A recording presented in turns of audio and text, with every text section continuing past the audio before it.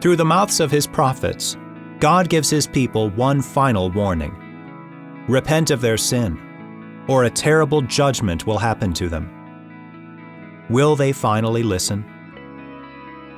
This warning, delivered through the prophets Zephaniah, Nahum, Habakkuk, and Jeremiah, portrays a heartbroken and angry God, whose people have rejected him so many times that he has no choice but to punish them. The prophetic messages in these books are addressed to the southern kingdom of Judah, which was all that remained of the homeland after the conquest of the northern kingdom of Israel around 722 BC. Will Judah learn from Israel's experience?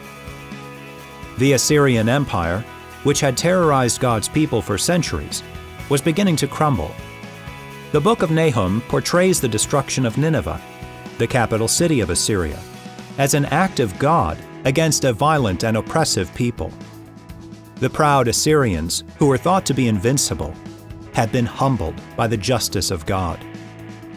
The prophets are sent by God to remind his people of their covenant obligations. Their only path to a good future lies in living out their loyalty to God.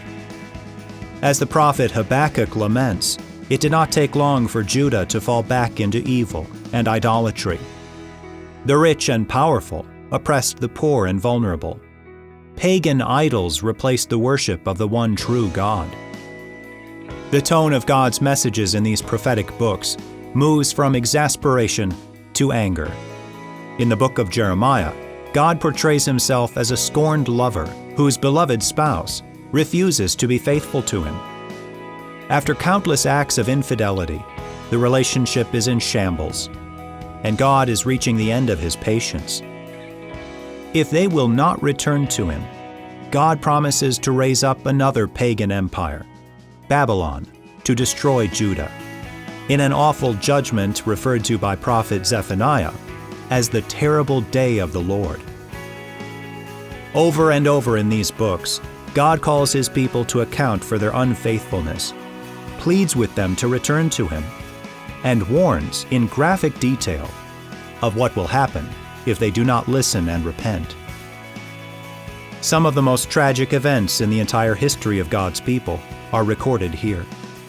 The people of Israel are failing in their calling to obey God and show the world his ways. But God promises that their failure is not the last word in the story.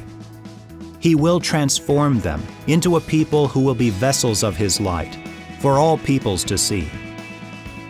How can God possibly do this? The prophets themselves will give us a picture of God's remarkable renewal to come. The land, the hearts of his people, their worship of the one true God in his temple, and the mission to the world. All of this will be restored in a surprising way.